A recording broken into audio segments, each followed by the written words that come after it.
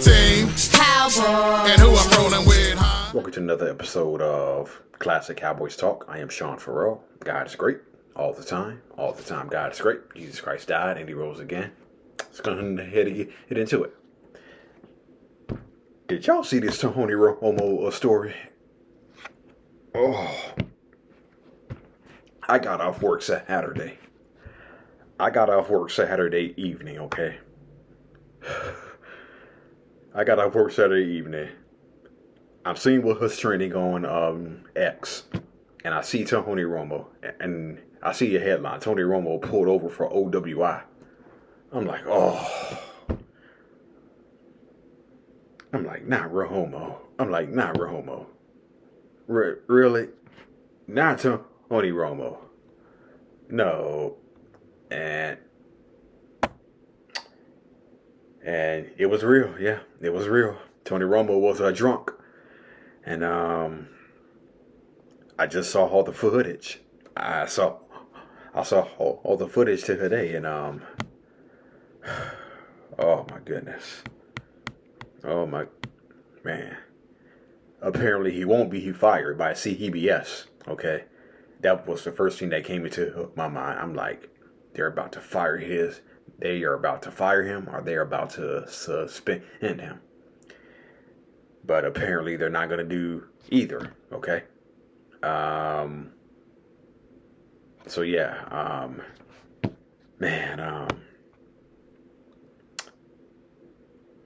I pray that this is the only one that Romo gets. Okay. This is the only mess up that Romo gets. Okay. Because man, I just shook my head like, wow. It was like, wow. I was like, wow, okay. I was like, wow. I thought he was going to get hit canned like Mark Sanchez, okay. But he didn't. Apparently CBS is going to keep him. And he's going to stay out of the spotlight. According to what I've heard, he's going to keep a low profile until the season starts. But wow. That's all I can say is wow. All right. So Troy Aikman played very, very well during the 1993 NFC Championship game, okay?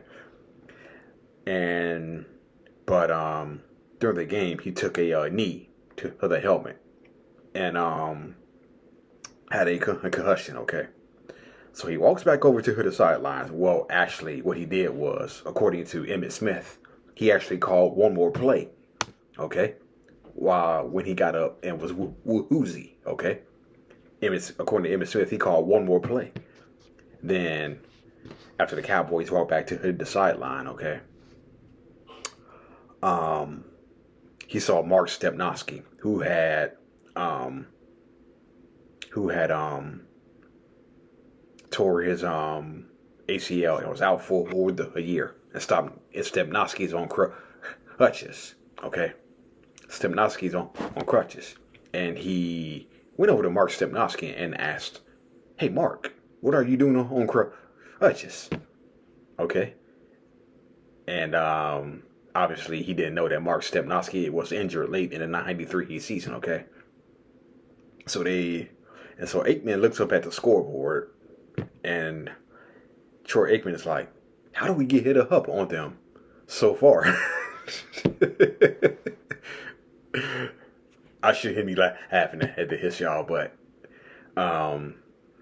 it's a wee bit funny. It's just a tiny bit funny, okay? Concussions are nothing to laugh at, but it's just a tiny bit funny. Maybe not back then, but looking back on it, it's just a tiny bit funny, okay? Then he gets like the smelling salts, okay? He gets like the smelling salts, okay? And then he's holding the smelling salt, the ammonia capsule, okay? And then I think he said something to Daryl Johnson. I forget what he said to Daryl Johnson. And Daryl Johnson's like, yeah. He's not with he's not with us. Yeah, he's not with us because he was wondering what Mark Stepnoski was doing on crutches. He was wondering how we were up 28-7 in the game. Okay, and he said something to Daryl Johnson. Oh, I think the thing that put it over the top, that trainers knew he had a concussion. The trainers asked him where the Super Bowl was being played. Okay, and Troy Aikman answered Henrietta. Yeah, Troy Aikman answered the Super Bowl was being played in Henrietta, Oklahoma. And the trainers were like, oh yeah, yeah. He ain't there. He ain't there. So yeah, if you watch that Jerry Jones documentary on Netflix, Troy Aikman will even tell you Troy Aikman will tell you himself he doesn't even remember the game. Okay, he's had to re-watch the game to see how well he played in that game. Okay, so yeah.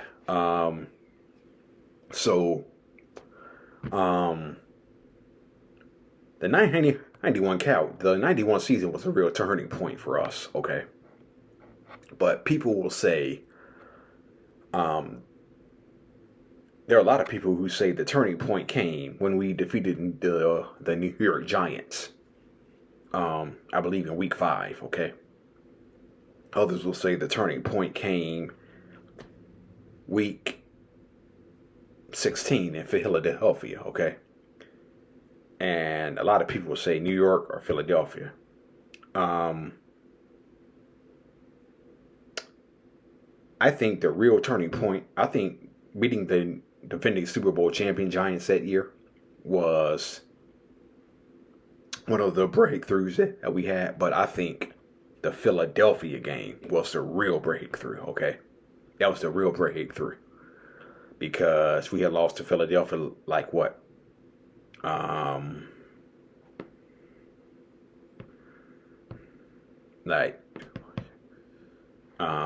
The last 8 times we played them. Yeah, and we went in there, we beat them 25-13, and I think that was the game where we truly had a breakthrough, as James Washington put it. I think that particular game, we grew up. Okay, so there are some say the turning point came against the Giants, but I think the real turning point of that season came when we beat the Philadelphia Eagles in Philadelphia. And you got to remember something: the Eagles were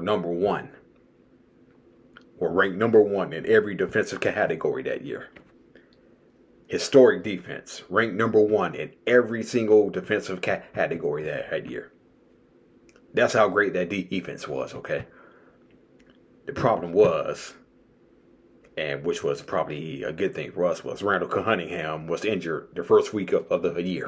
Okay, so they really didn't have a quarterback. Okay, because they went through Jim McMahon, Jeff Kemp, Roman Gobel, or something like Brad Gobel, something like that. Okay, so they went through like 3 or 4 different quarterbacks that year.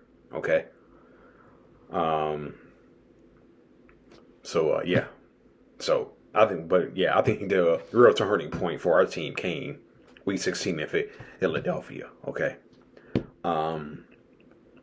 Speaking of the 1991 season, we went into Soldier Field, played the Bears, won the game 17-13, and there was a familiar face who had been there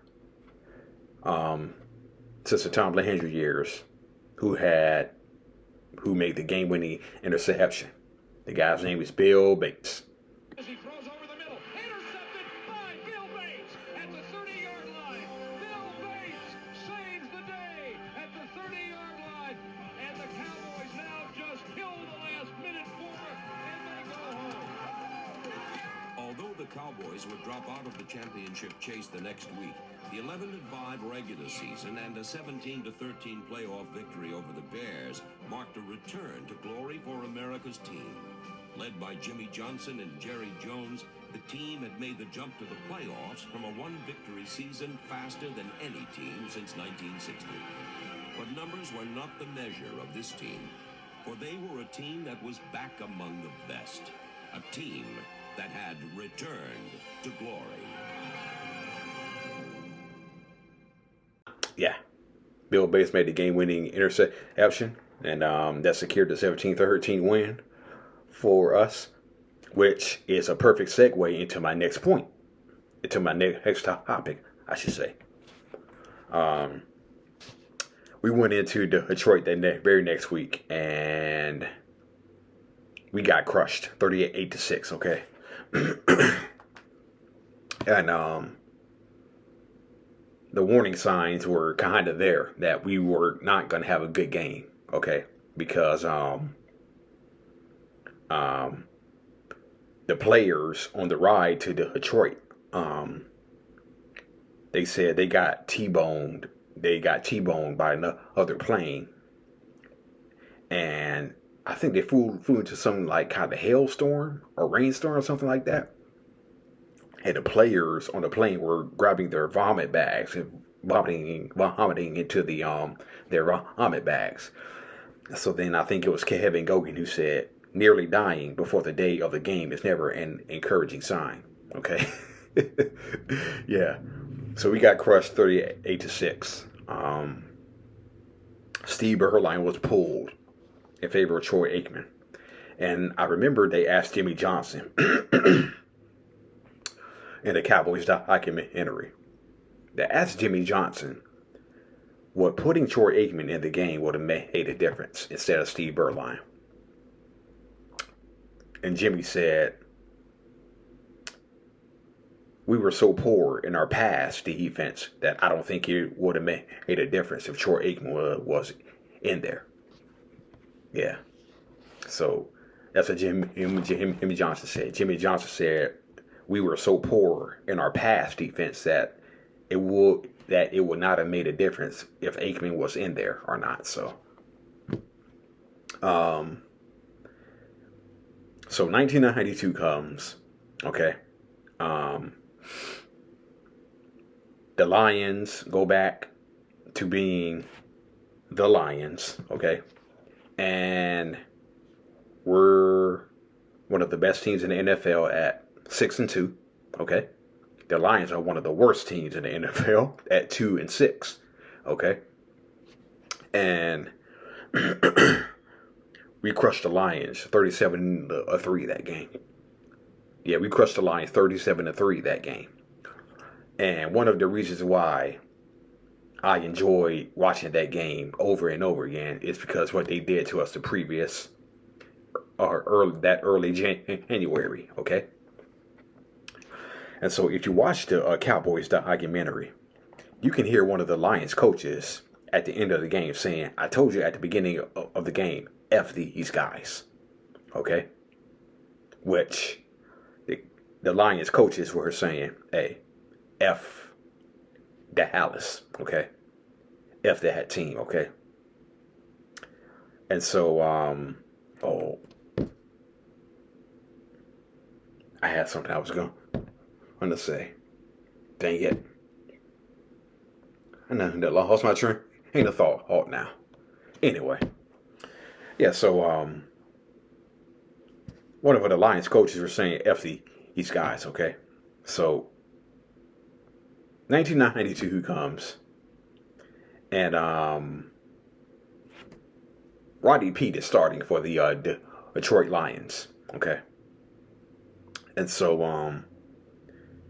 I think the tone was set the first play of the game, okay? The tone was set the first play of the game when the Cowboys were on defense, okay? Cowboys were on defense. First play of the game. This is what had happened.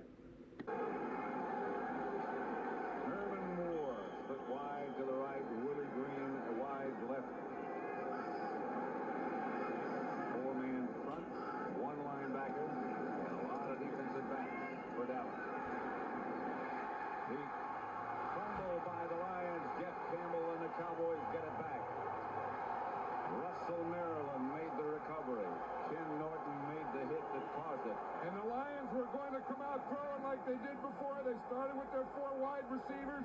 The Cowboys had their answer to it. There's 6 defensive backs in there. Only 1 linebacker. That was Ken Norton. And he was the guy who made the tackle that knocked it out of there to get the turnover. Yeah, I think that pretty much set the tone right there. I think that fumble by Ken Norton set the tone for the game right there, and we blew him out 37-3. Okay.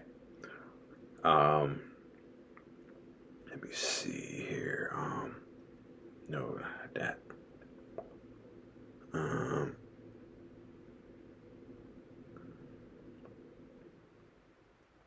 Okay. So, Emmitt Smith did a interview with Sports Illustrated in the during the 2003 season. Okay. So, Emmitt Smith made a quote to Peter King. Emmitt Smith caused a major controversy in August 2003 when the Sports Illustrated interview quoted him as saying in his final 5-11 season with the Dallas Cowboys felt like being a diamond surrounded by trash.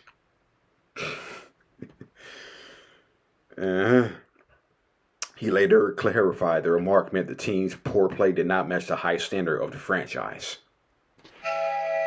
That makes sense, okay? That makes sense, okay? After drawing criticism, Smith backpedaled and explained he meant the Cowboys were a diamond organization and the trash was how poorly they played on the field. Okay. Okay.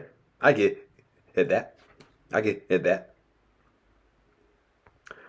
So, a lot of people took offense to it. A lot of people took offense to it. The Cowboys who had been there the previous couple of 5-11 seasons really took offense to it. Okay. But Darren Woodson, the only Cowboy to play for Jimmy Johnson, Barry Switzer, Chan Gailey, Dave Campbell, and Bill Parcells. Okay. Darren Woodson had no problem with his comments. Okay. Darren Woodson says he didn't need a clarification from Emmitt Smith about his negative remarks about the Dallas Cowboys. Still, the Cowboys safety got a phone call this week from the man whom he shared 3 Super Bowl championships. Smith, now with Arizona after being released by Dallas last spring, said last season was the worst in his career. He was quoted by Sports Illustrated as saying he felt like a diamond surrounded by trash last season. Woodson knew Smith didn't mean it the way it sounded. He called me up and we talked for a while. He didn't have to put the record straight, Woodson said. I just knew it wasn't a big deal at the beginning. I didn't take it that way.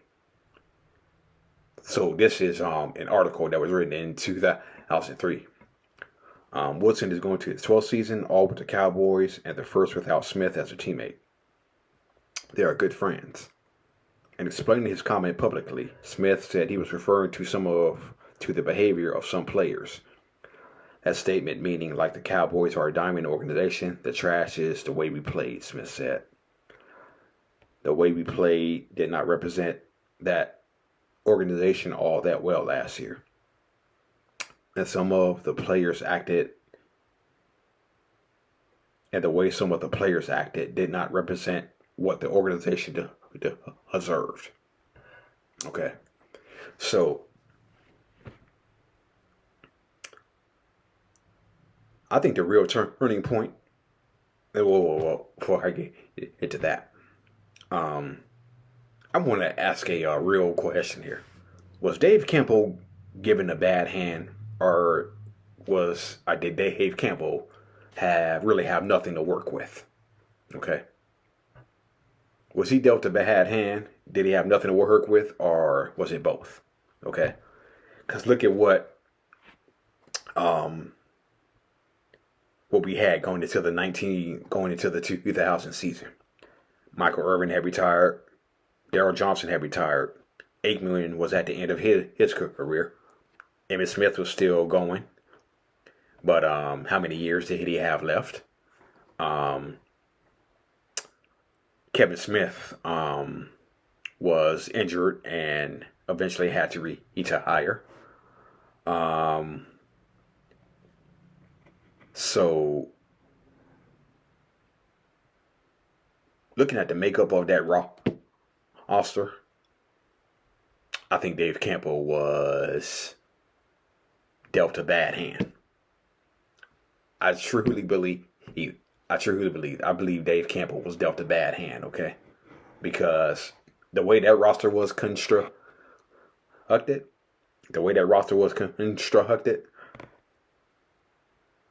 I think the only thing we could do was underperform and go 5-11, okay? So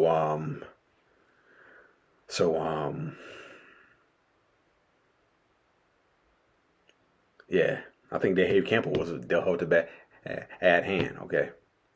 And I said this before. I said, look at that roster during that time, okay? During those Campbell years. Who on that roster truly wanted to win? Okay? Emmitt Smith, Darren Woodson, Larry Allen, and later Roy Williams when he was a rookie. Okay? I believe there were only 4 players on that organization who wanted to win, other than the head coach and Jerry Jones. Okay? So there were 4 players on that roster who truly wanted to win. But the rest of that roster, nah. Yeah, so I think Emmitt Smith has a real point when he says, when he said that. I think Emmitt Smith had a real point. Okay. Finally,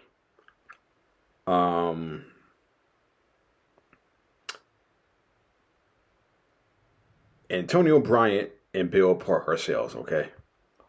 I forgot this even happened. Okay. So I was just doing some research. Okay. I was doing some research. So I Googled Antonio Bryant, Bill Parcells. Okay. And lo and behold, this pops up. Antonio Bryant and Bill Parcells had a fiery, short-lived relationship on the Dallas Cowboys, marked by no notorious practice field fight. During the June 2004 practice, Bryant grew angry over his status as the third receiver behind Keyshawn Johnson and Terry Glenn, as well as a lack of reps. After arguing with assistants and players, Bryant took off his pads and jersey and threw them. When Parcells threw the jersey back,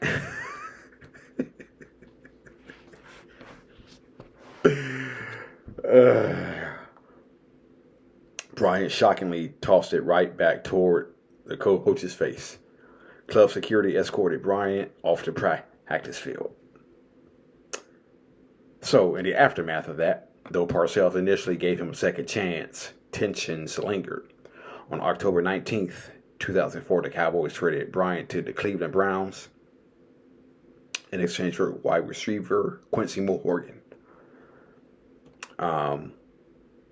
Despite the explosive exit, Bryant stated years later that he had no hard feelings toward Parcells and learned a great deal from him.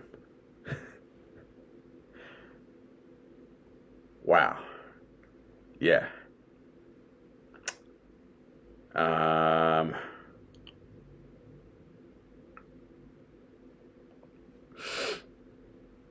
Let's see. Yeah, okay. Yeah, so I forgot that he even happened, okay? Guess I need to go and do a deep dive, okay, on some other things that happened off the field rather than on the field, right? So yeah, not only did that happen, Darren Woodson, just like Jay Novacek, suffered a career-ending back injury Okay. Yeah. The career-ending back injury that forced Novacek out of the 1996 season. And the back injury that forced Woodson out of the 2004 season. Okay. So, yeah, so after 2003, the last link to those Jimmy Johnson Cowboy teams were gone. Okay. So, yeah. Also, we had a long snapper by the name of LP Laticour. Okay, LP Laticour came in during the Bill Parcells era. He was there during Bill Parcells, during Wade Phillips, Jason Garrett, and I believe he played the season under